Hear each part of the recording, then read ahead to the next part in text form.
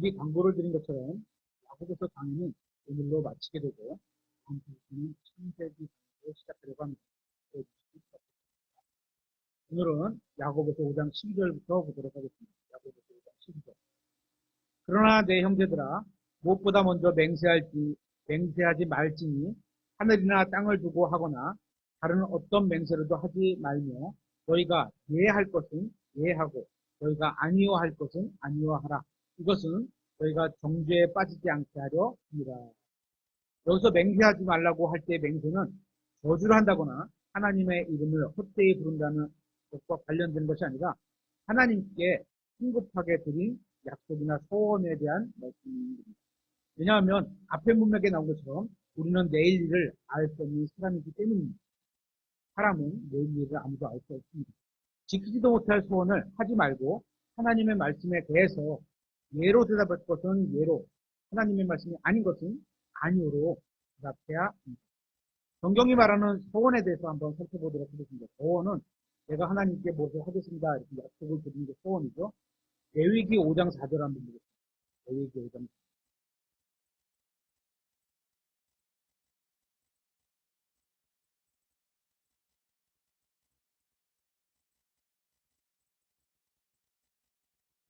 레위기 5장 4절.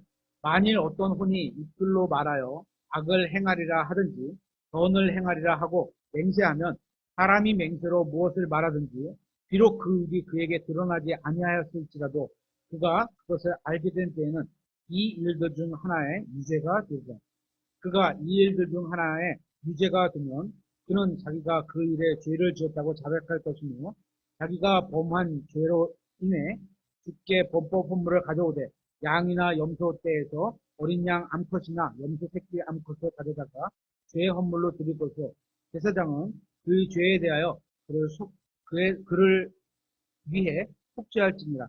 만일 그가 어린 양을 가져올 능력이 없거든 자기가 저지른 범법으로 인해 한 비둘기 2마리나 집 비둘기 새끼 2마리를 주께 가져와서 하나는 죄 헌물로 삼고 다른 하나는 번제 헌물로 삼아 그것들을 제사장에게 가져갈 것이요 제사장은 먼저 죄 헌물로 삼은 것을 드릴지니라.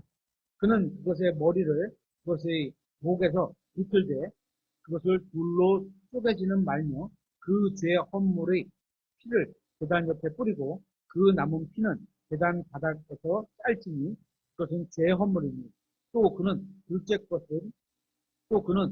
것은 관례대로 번제 헌물로 드릴지니라. 그가 지은 죄로 인하여 제사장이 그를 위해 속죄하리니 그가 용서받으리라. 무엇을 하겠다고 소원 맹세를 하고 잊어버리면 주님 앞에서는 죄가 된다는 겁니다. 근데 우리가 그런 거 많죠. 약속을 해놓고 누구한테도 마찬가지죠. 약속을 해놓고 못 지면 이게 하나님 앞에 죄가 된다는 거죠. 이러한 죄를 용서받기 위해서는 반드시 피의 희생물을 드려야만 합니다. 민수기 30장을 한번 보겠습니다. 민수기 30장 1절부터 보면 여기에는 야고보서 5장 12절에서 말씀하신 이유가 나와 있죠. 민수기 30장 1절. 모세가 이스라엘 자손에 관해 지파들의 우두머리들에게 말하여 이르되 주께서 명령하신 것이 이러하니라. 남자가 주께 맹세로 서원하거나 자기 혼을 속박하기로 서약하며 맹세하거든 그는 자기 말을 깨지 말고 자기 입에서 나온 모든 것에 따라 행할지니라. 만일 여자가 어려서 여기는 뉴스인데 이게 어려서 다른 데서는 젊어서 이렇게 표현했고요.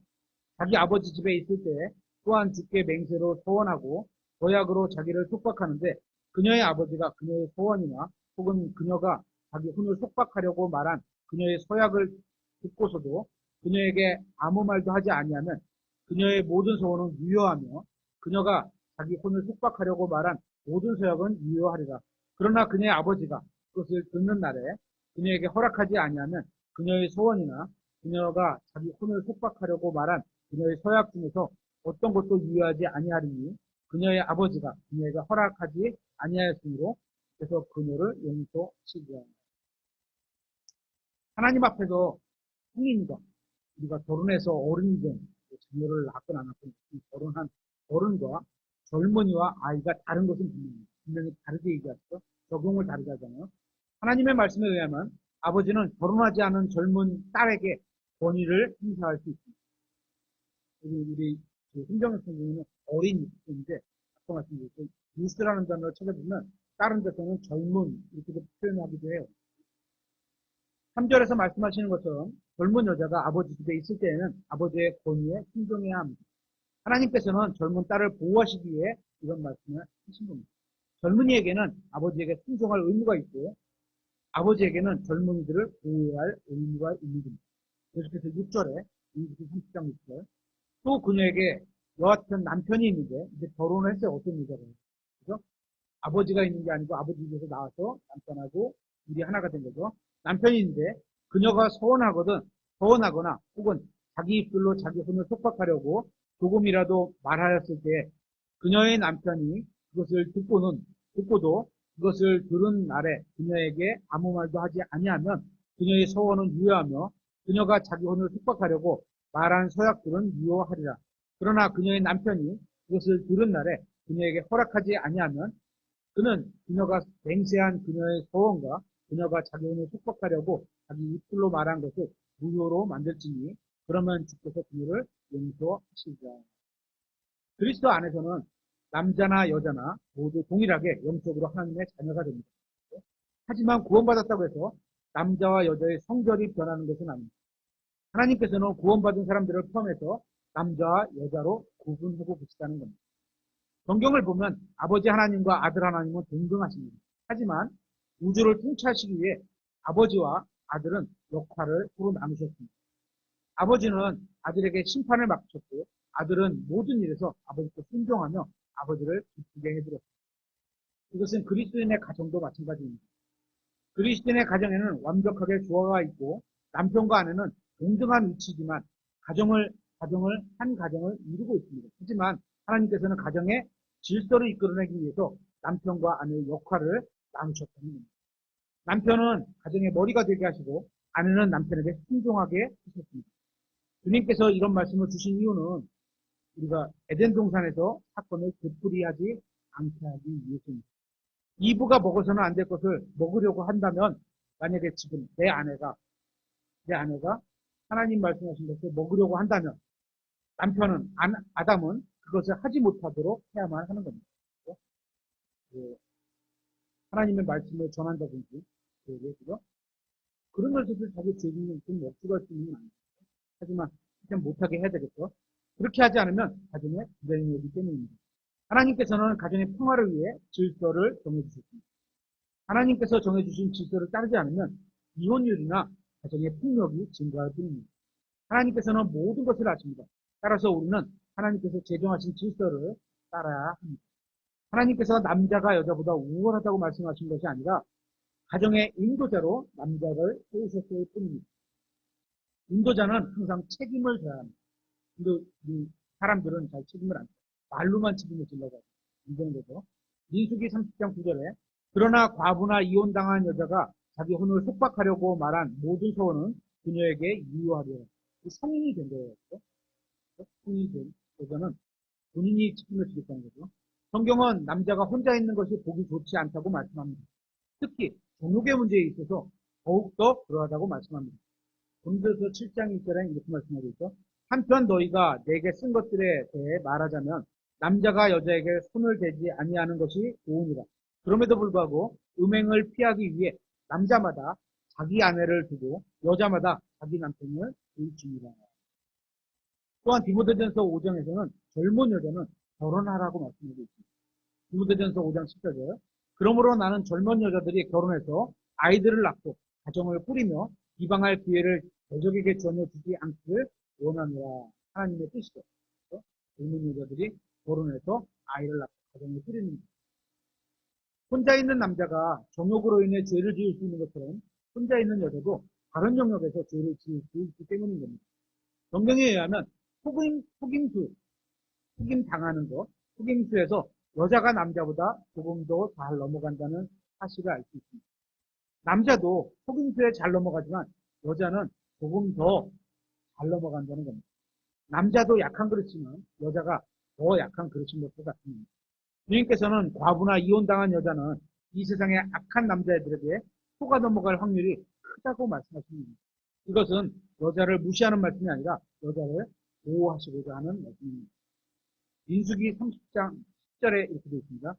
만일 그녀가 자기 남편의 집에서 소원을 하였거나 혹은 맹세로 서약하며 자기 혼을 속박하였는데 그녀의 남편이 그것을 듣고도 그녀에게 아무 말 하지 아니하고 그녀를 말리지도 아니하면 그녀의 모든 소원은 유효하며 그녀가 자기 혼을 속박하려고 말한 모든 소원은 유효하리라.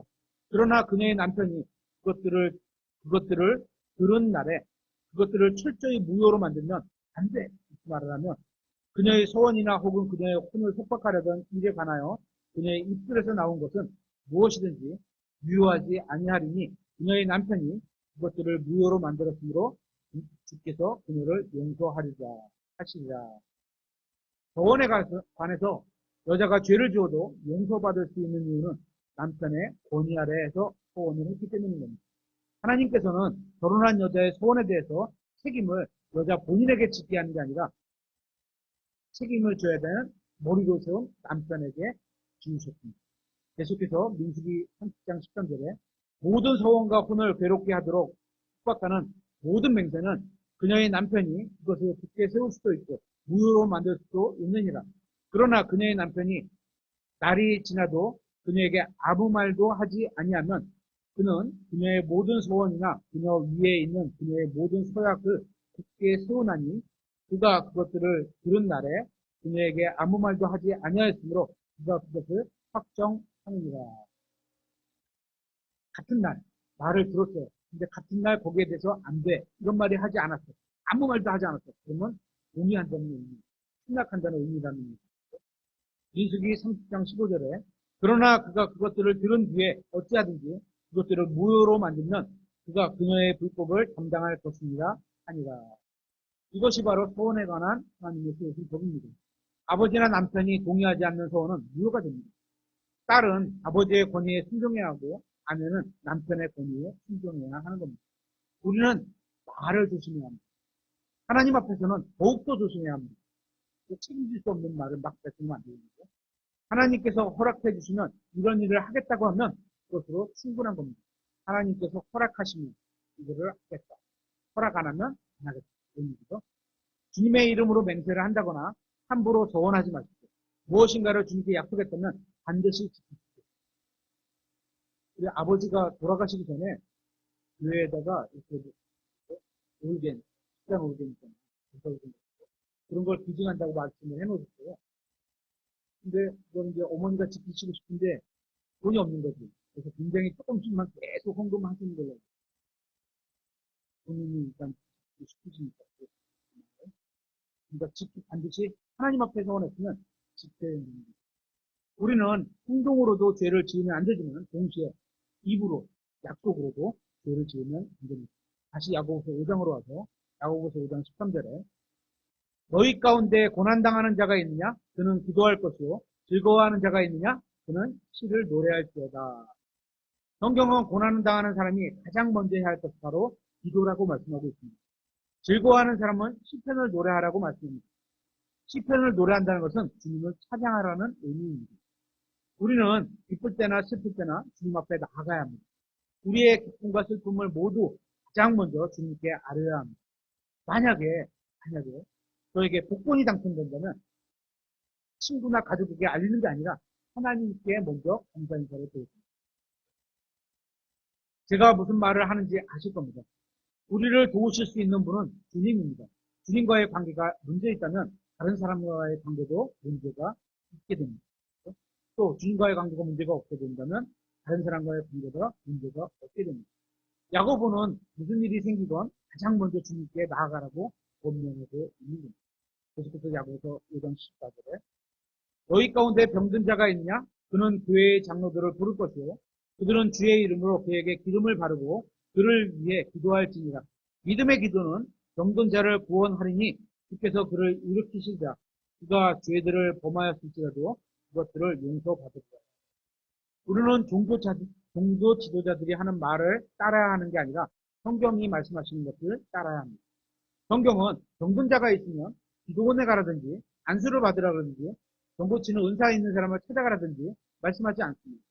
지옥교회에서 병이 든 사람이 해야 할 일은 기도원에 가거나 은사 있는 병고치는 은사가 있다는 사람은 찾아가는 것이 아니라 지역교회의 장로들을 불러 기도 요청을 하라는 겁니다. 야고보는 지역교회의 형제들에게 소신을 보냈습니다.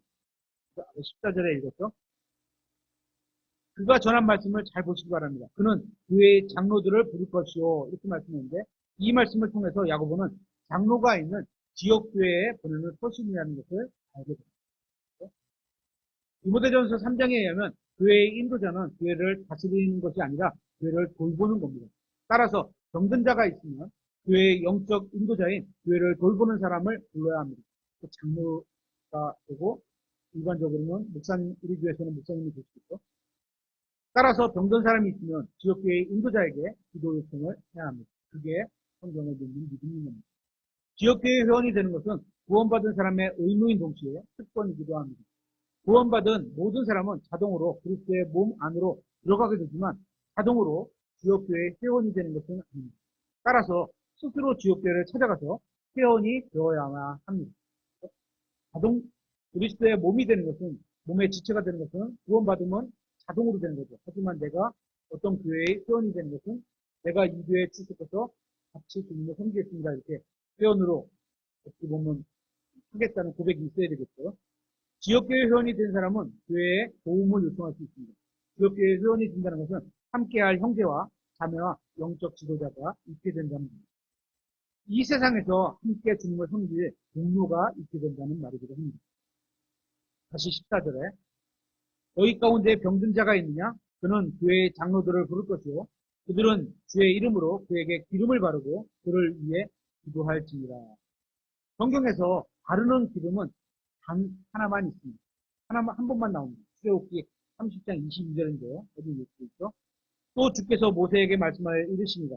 너는 또한 으뜸 가는 향료를 취하되 순수한 모략 500세겔과 그 절반만큼의 향기로운 시나몬 250세겔과 향기로운 창포 250세겔과 평소의 세겔대로 계피 500세겔과 올리브 기름 1흰을 취하여 그것으로 거룩한 붓는 기름 곧 약제사의 기술대로 제조된 붓는 혼합물을 만들라. 이것은 기름 부음에 쓸 거룩한 기름이 되리라.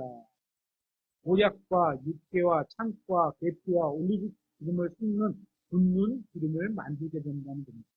계속해서 출애굽기 30장 26절에 너는 그것으로 회중의 성막과 증언궤에 바르고 향과 그것의 모든 기구와 등잔대와 그것의 기구들과 분향제단과 번제 헌물 제단과 그것의 모든 기구와 물두멍과 그것의 받침에 발라 그것들을 거룩히 구별함으로써 그것들을 지극히 거룩하게 할지니 그것들에 닿는 것은 무엇이든지 거룩하게 되리라. 너는 아론과 그의 아들들에게 기름을 붓고 그들을 거룩히 구분하여 그들이 제사장의 직무로 나를 섬기게 하라. 사람에게 붓게 되는 것은 어떻게 돼요? 제사장만 사용하게 되는 거죠.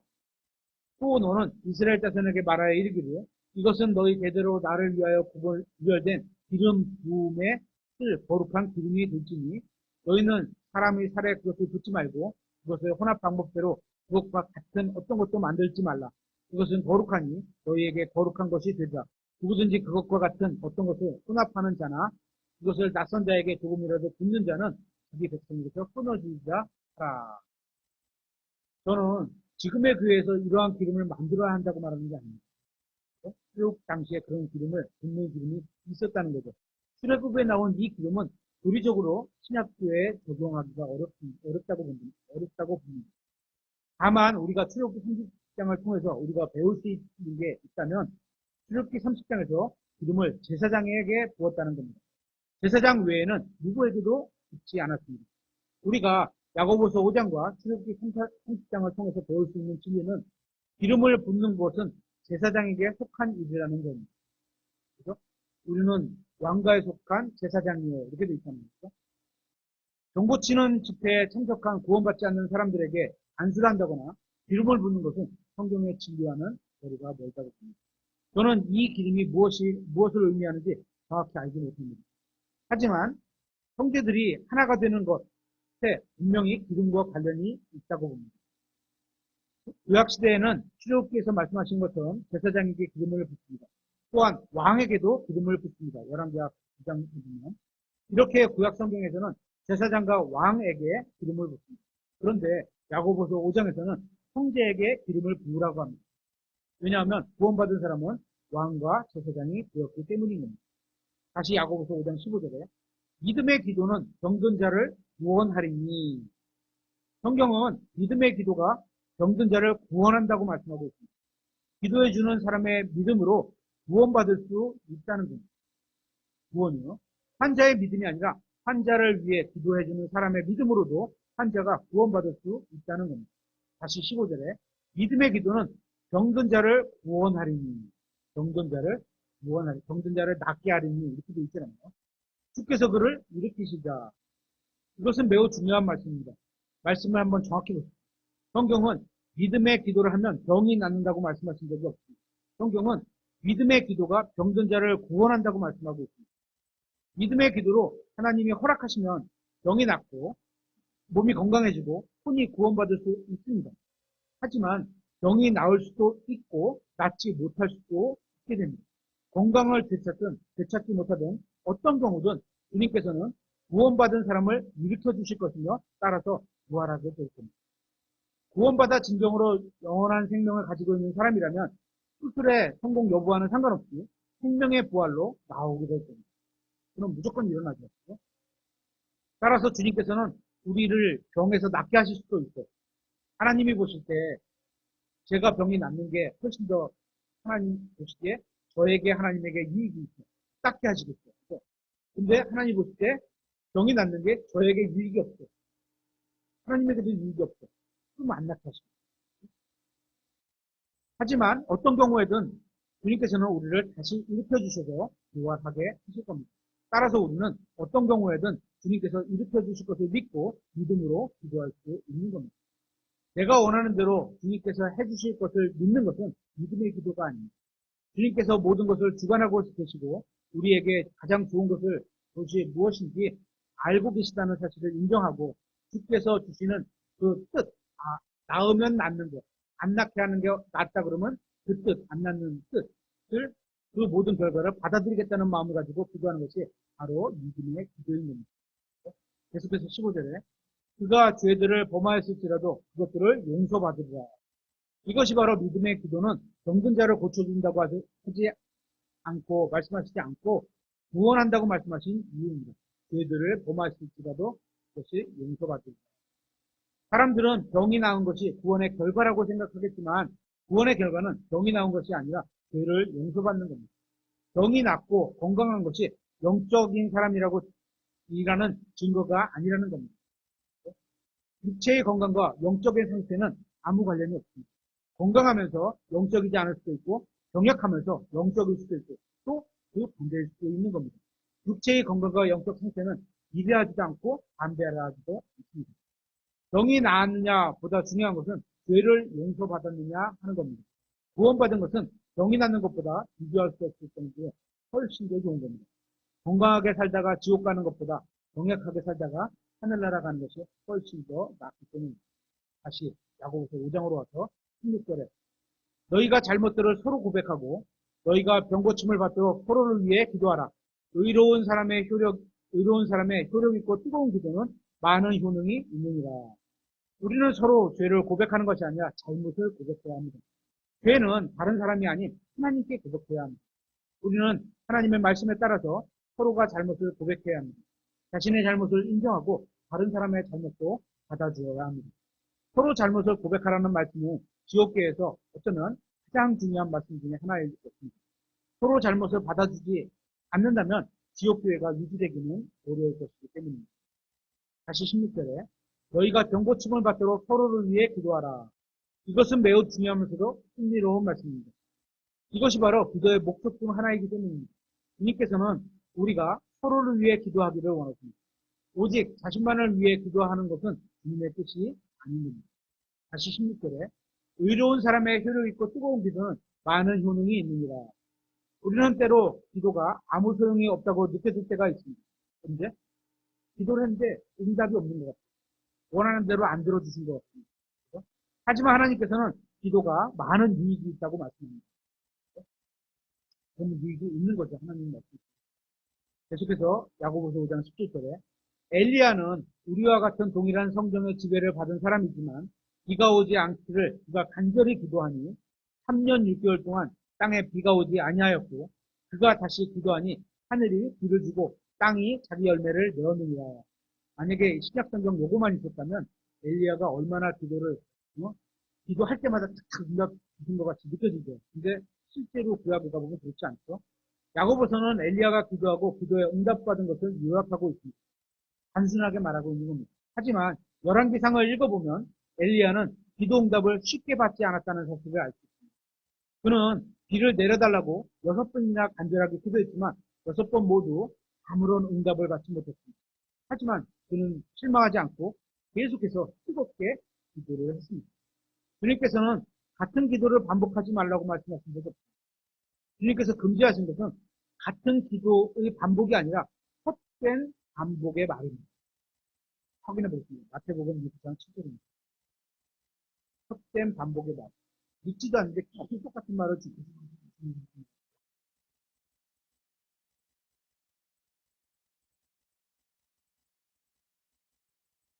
마태복음 6장 7절. 더욱이 너희는 기도할 때 유교수들과 같이 헛된 반복의 말을 사용하지 말라. 기도를 반복하지 말라 이런 게 아니라 헛된 반복의 말을 사용하지 말라. 헛되다는 것은 개인, 그래서 빈 깡통과 같다는 거예요. 얘기 드렸죠. 그들은 자기들이 말을 많이 해야 아버지께서 들으실 줄로 생각합니다. 진실한 마음으로 간절하게 동일한 기도를 수십 번 하는 것은 아무런 문제가 없습니다. 하나님께서 원하시는 것은 하나님의 뜻대로 반복해서 구하는 것은 결코 죄가 아닙니다. 문제는 마음도 없이 입술로만 하는 헛된 기도가 문제인 겁니다. 계속해서 야고보 5장 19절에 형제들아 너희 중에 어떤 사람이 진리에서 떠나 잘못을 범하는데 누가 그를 돌아서게 하면 그렇죠? 여기서 돌아서게 한다는 것은 회심하게 한다는 의미입니다. 마음을 돌이킨다는 거죠. 이것은 마음을 돌아서게 하는 것입니다. 자신이 가는 길에서 돌이켜 진리로 돌아서게 하는 것입니다. 다만 주의할 점은 구원받는 것과 돌아서게 하는 것이 정확히 같은 것을 의미하지는 않는다는 겁니다. 구원은 한 번만 돌아서면 됩니다. 그렇죠? 구원받을 때는 한 번만 돌아서면 돼요. 하지만 돌아서는 것은 우리가 신앙생활하면서 돌이킬 때가 계속 있잖아요. 그죠? 이것은 돌이켜야 할 때마다 필요하기 때문입니다. 구원받은 후에 진리를 따르다가 진리를 떠나갈 수 있습니다. 하지만 그럴 때마다 다시 진리로 돌아와야 합니다. 마음이 주님께로부터 떠날 때마다 다시 주님께로 돌아오는 것이 필요합니다. 진리를 떠났다면 마음을 고쳐먹고 가던 길에서 돌아서서 다시 진리로 돌아와야 하는 겁니다. 마지막 글 야고보서 5장 20절입니다. 그 죄인을 그의 길에 잘못해서 돌아서게 하는 자가 한 혼을 사망에서 구원하며 허다한 죄를 덮을 것임을 그가 알게 할지니라. 허다한 죄를 덮는 것은 사랑이죠. 성경은 죄인을 잘못된 길에서 돌아서게 하면 한 혼을 사망에서 구원한다고 말씀합니다. 모든 사람에게 있어서 죄의 시작은 사망입니다. 그죠? 예외에 있는 사람이 없죠. 구원받은 사람도 죄를 지면 육신이 죽을 수 있습니다. 그죠? 이것은 지옥에 가는 것과는 다른 문제입니다. 구원받은 사람은 결코 지옥에 가지 않지만 죄를 지으면 육신이 죽도록 내버릴 수 있다고 성경은 말씀하고 있죠. 그죠? 우리는 그리스도의 심판석에서 우리가 행한 대로 받게 될 겁니다. 우리의 행위는 불을 통과하게 될 것입니다. 선한 동기로 주님을 따라 행한 일은 보석으로 나올 것이고 악한 동기로 자기를 위해서 행한 일들은 모두 우리를 타버릴 겁니다. 만일 우리가 이 세상에서 나 자신을 주님의 말씀으로 심판한다면 그리스도의 심판석에서는 동일한 일로 심판받지 않을 겁니다. 우리가 그러니까 하나님의 말씀을 읽으면서 하나님의 말씀을 읽으면서 두 가지를 적용해 봐야 돼요. 중요한 두 가지. 첫째, 예수 그리스도를 찾아야 돼. 성경은 나에 대해서 기록했으니까 첫째는 예수 그리스도를 찾아야 되고 두 번째, 그죠? 성경에서 나를 또 비춰야 돼. 이 두 가지를 꼭 해야 되는 거예요. 요한일서 1장 9절에는 만일 우리가 우리 죄들을 자백하면 그분께서는 신실하시고 의로우사 우리의 죄들을 용서하십니다. 성경을 읽으면서 이제 오늘 또 내가 이 죄를 졌습니다. 이게 또 죄구나. 그러면 하나님께 용서를 구하면 하나님께서 우리를 용서하신다고 약속하셨어요. 그렇죠? 용서하시며 그랬습니다. 그렇죠? 모든 불에서 우리를 깨끗하게 하시느니라. 여기서 말하는 우리는 구원받은 사람을 의미합니다. 그러니까 구원받은 사람도 죄를 지을 수 있다는 거죠. 지면 안 되겠지만. 그죠? 그러니까 이미 구원받은 사람도 깨끗해질 필요가 있다는 사실을 잊지 말아야 돼요. 깨끗해지려면 어떻게 되죠? 말씀을 계속 매일매일 먹으면서 말씀에 물려 씻어야 돼요. 샤워를 하듯이 계속 씻어야 됩니다. 때를 밀 필요는 없어요. 한번 목욕한 자는 발만 닦으면 되는 것처럼 때를 밀 필요는 없지만 샤워를 해서 그냥 나갔다 돌아온 거를 씻어내야 되는 게 성경을 해야 되는, 성경을 읽어야 되는 이유입니다. 그래서 저희에게는 성경을 매일 읽으시도록 되는 거 있죠. 이렇게 해서 야고보서